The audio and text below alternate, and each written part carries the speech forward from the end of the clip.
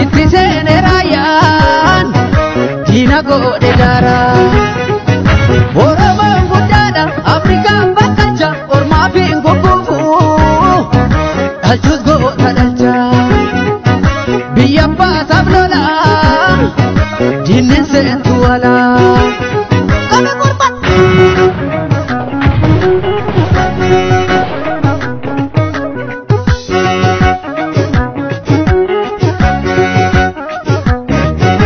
Ejjasiisee tuqxee nagaan taa'u akka faaniin ta'u buksee yoorraan ba'u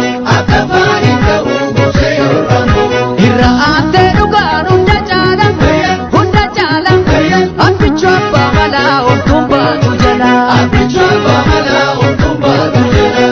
cimiyaa loltuu daangaan biyyaan sarbamtuu gogombisi yartuu biyyi Itoophiyaa keetti dhaloon nu badhu qabdi gootota hedduu.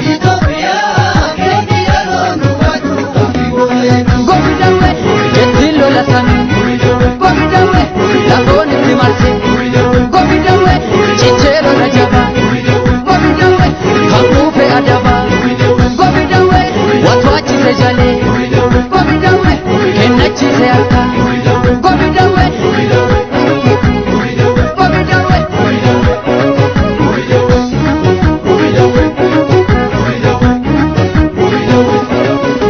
Itti seeni falmi kaayiraa yaadaba tiksidaan gaabiyaa eeggadhu Itoophiyaa dhaabbadhu faardiyaa tiksidaan gaabiyaa xiqqeeffootummaadha mallattoon Oromoo kan fardaa waraanu kan fardaa weeraru malee miidiyaarraa hiyyee hin caraanu.